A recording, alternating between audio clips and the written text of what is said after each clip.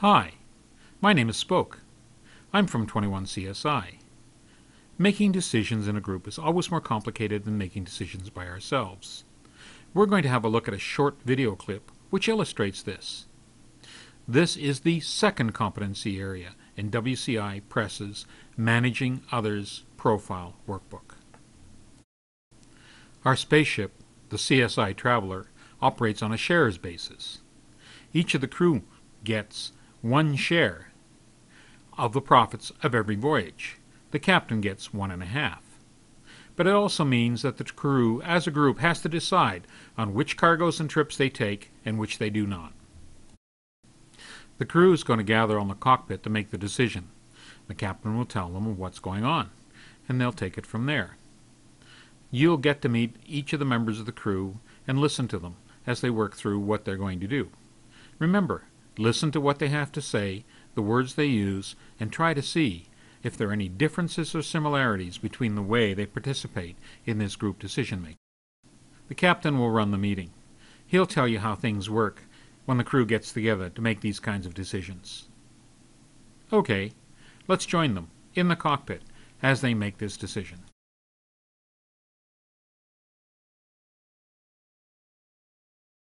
Hi crew. Thanks for agreeing to meet tonight. We have to decide whether or not we will take this cargo. What cargo, Captain? I got approached by an exporter in the bar tonight. He has a load of smart fluid valves he wants us to take to Antares. It is a 2-week run.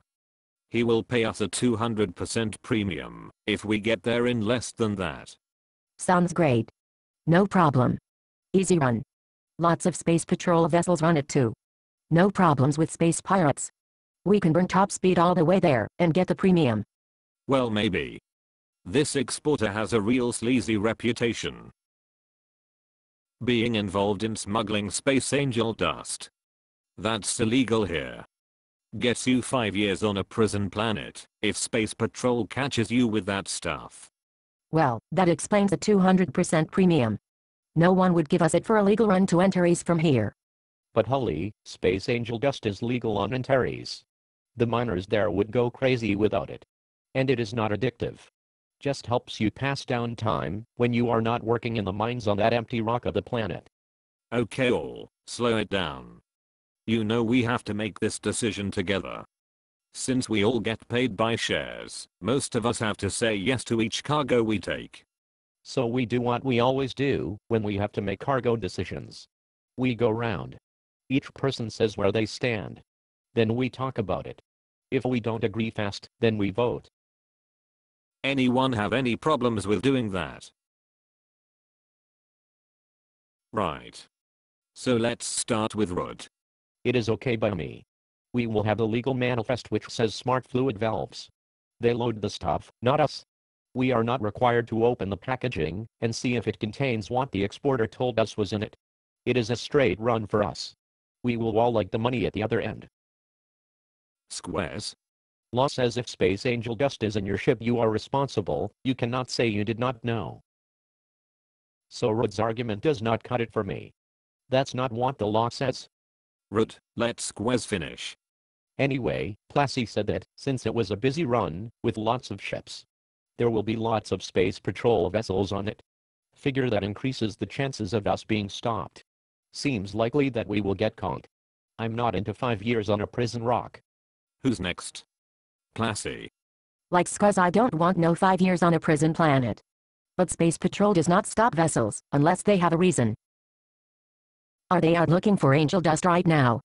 Even if they are, why would they pick on us? We are a clean ship. Yes, we are. Very clean. Hell, Plassey is not done speaking. Sorry. No reason for anyone to think that we are anything but up and up. No, we would all like a 200% premium. How do you really know that this exporter is a smuggler anyway? Is it just all rumor? So can't say I am for or against yet. My turn. What's the data on space patrol stopping vessels in the last months? Anyone know? I have not heard anything about it.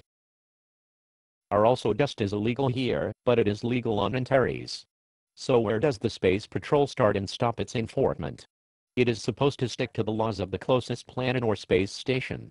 This station is 5 years behind the rest of the local planets with its space angel dust laws. Finally, we don't really know if this trip is legit for this exporter. But there is a big demand for these valves right now. That is probably why he is paying us the premium. I think that the risks here are low. Take the cargo, I say. Hell, where are you? Well, I have been listening to where we each are. We need to pay attention to Plassy's concern and Innick saying we should get more information. Captain, when do we need to let this exporter know? I meet with him at breakfast. Need to say yes or no then. So here's what I suggest we do. Innick, why don't you and Plassy chase down the stuff on Space Patrol stopping vessels? There will be gossip about it in the chat rooms on the station intranet. Rude, can you check out on the legal side? Where does Space Patrol start and stop enforcing station laws? Squaz, let's you and me find out if we need to check out if the stuff on the manifest is actually in the boxes. Its ship's crew is legally responsible for ensuring it. Okay, you all heard what Hell suggests. No one's objecting. Let us get on with it. When do we get back together? I'll leave the ship to meet this exporter at 8 AM. Let's get together at 6 in the galley. We make the final yes the cargo or no decision then. Okay? See you all in the galley at 6 then.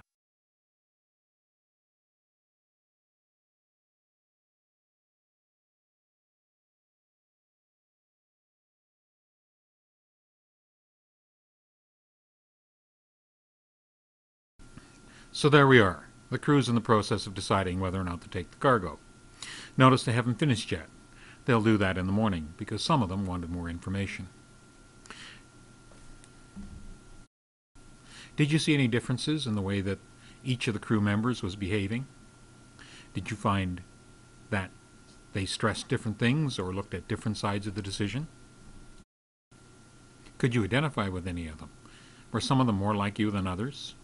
All of these are the kinds of questions that the Managing Others Profile Workbook helps you to address and understand.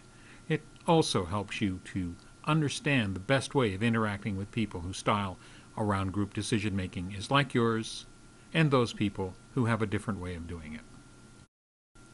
Hope you enjoyed our time with the crew of the 21 CSI Traveler. No doubt we'll see them again as we journey our way through to understanding the most effective way of interacting and working with others, both as managers and in teams. Thanks for paying attention. Bye now. This is Spoke, signing off.